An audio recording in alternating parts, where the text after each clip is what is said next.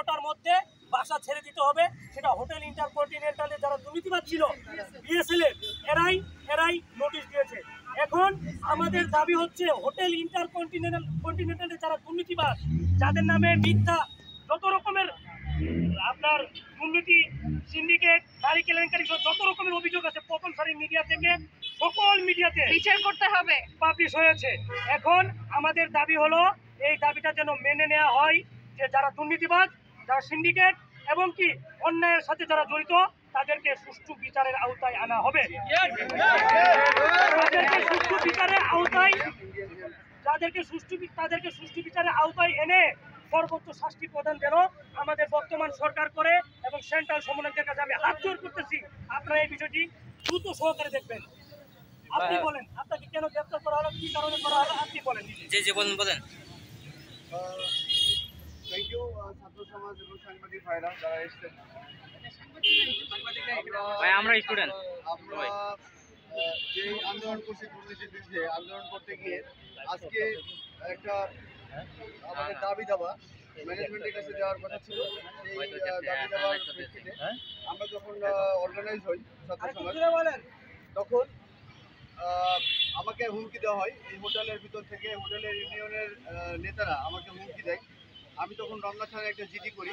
আমি নিজের নিরাপত্তাহীনতায় ভোগের কারণে আমি রমনা থানায় জিডি করার পরে যখন আমি বাসায় ফিরি রাতের বেলা, তখন আমার যারা সিনিয়র আছে তারা বলে যে বাসায় ফেরার দরকার নেই, বাসায় ফিরলে তোমাকে মারধর করবে। তারা গেটে লাঠিসোঁটা নিয়ে দাঁড়িয়ে আছে এবং তারা ছুটাছুটি করছে তোমাকে মারার জন্য। তখন আমি ব্যাক করে আমি একটা নিরাপদ জায়গায় ছিলাম। সেখান থেকে ডিবি পুলিশ রাত 4টায় আমাকে উঠে নিয়ে আসছে। ডিবি পুলিশ আমার সাথে কোনো খারাপ ব্যবহার করেনি, তারা ভালোভাবে জিজ্ঞাসাবাদ করছে।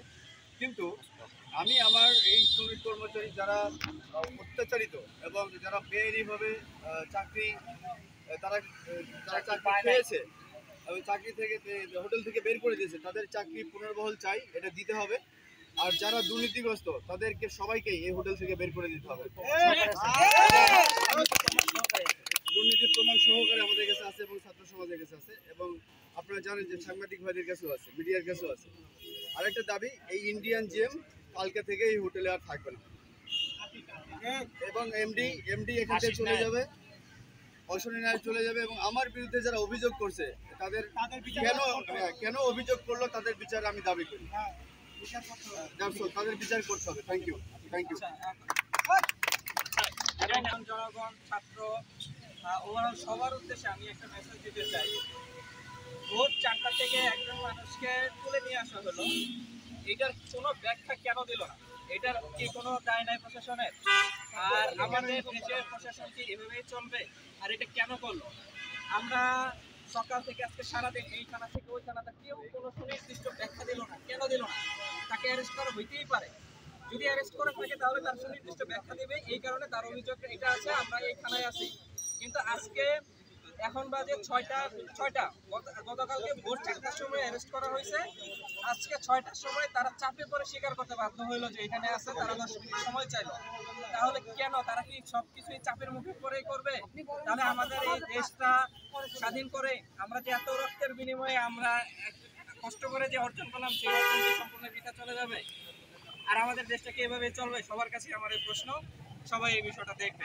এবং আমার আরো একটা কথা, ভবিষ্যতে এই বিষয়টা যেন না ঘটে, ভবিষ্যতে এই বিষয়টা যেন আর না হয়, এই বিষয়টার প্রতি সবাইকে দৃষ্টি দেওয়া উচিত। যারা গেছে ওনার ওয়াইফ খুবই খারাপ ব্যবহার করছে, অনেক বাজে ভাষায় কথা বলছে। আসলে প্রশাসন কেন ওনার ওয়াইফের সাথে বাজে ব্যবহার করলো? আমার প্রশ্ন, ওনারা কেন এই ব্যবহারটা করলো? সেটা আমাদের দেখাই তো। অভিযোগ থাকলে অভিযোগ অনুযায়ী আইন অনুযায়ী ব্যবস্থা হবে। সে যদি কোনো অপরাধ করে থাকে, এখন এই আইন কি ওনারা কি হাতে তুলে দেওয়ার কোনো অধিকার আছে? আর ওনারা কেন করতেছে একই অপরাধ তারা বারবার? যাই হোক, সবার প্রতি আমার এই বিষয়গুলো যেন না হয়, প্রশাসন এবং আমাদের সরকারের সবাই এই বিষয়গুলো দেখবেন এবং এই বিষয়টা সুন্দর একটা সমাধান করবেন। কিন্তু এখানে সেন্ট্রালের দায়িত্বে যারা রয়েছে আমাদের ভাইরা, ওনারা নেগেটিভলি ওনাদের ওইখানে পৌঁছানো হবে। এখন আমরা যাবো, আমরা ভাইদের কাছে যাবো, সবাই চলে যাবে। ঠিক আছে, এখন আর কথা না বলে